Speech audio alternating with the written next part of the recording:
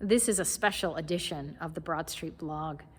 I am here in the sanctuary to talk about July 11th, when we resume worship here in this space together. I'm aware that we haven't done this in a while. Online worship gave us some different options.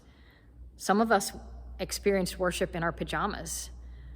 Others experienced worship at different times on Sunday, or maybe even experienced it later in the week. And I'm betting that some of us, during parts of worship, maybe we're doing some other things. I know for myself, I really don't like watching myself preach. So during the sermon, if I was giving it, I would be lifting weights and doing some exercises.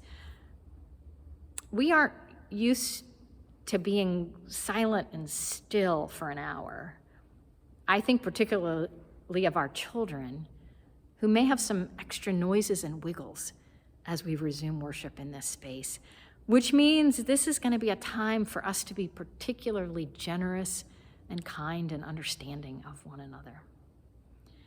I'm aware of the fact that we are a different congregation than we were before the pandemic began. We've changed and grown. We've learned new things. I'm particularly thinking of some of these pews that will be empty. We will be particularly feeling the absence of those who've died since the pandemic began. And there also will be new ones among us. Babies have been born. People have joined this community during the pandemic. In fact, we have some folks who consider themselves to be Broad Streeters who've never been in this space. So we will all have that opportunity to experience this building and this worship space. At the beginning of the pandemic, we identified that we wanted to respond to changing events with flexibility, creativity, and generosity. And I hope and I trust that we will continue to do so as we enter into this next phase. We're doing what we can and trying to think through all the ways in which we can help people feel safe and welcome as they return to this place. But if for any reason you're not feeling up to being here for worship, or you're out of town, or your schedule doesn't allow it, online worship is going to continue.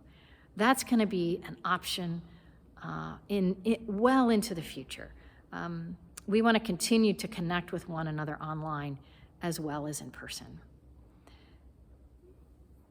But I don't want to bury the headline. I don't want to bury the headline.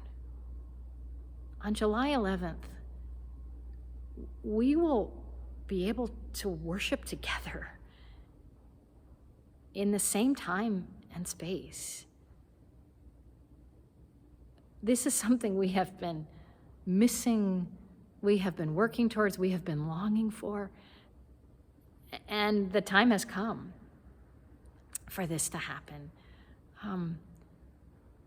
So we will be together on July 11th, and God will be with us, just as God has been with us during this entire pandemic.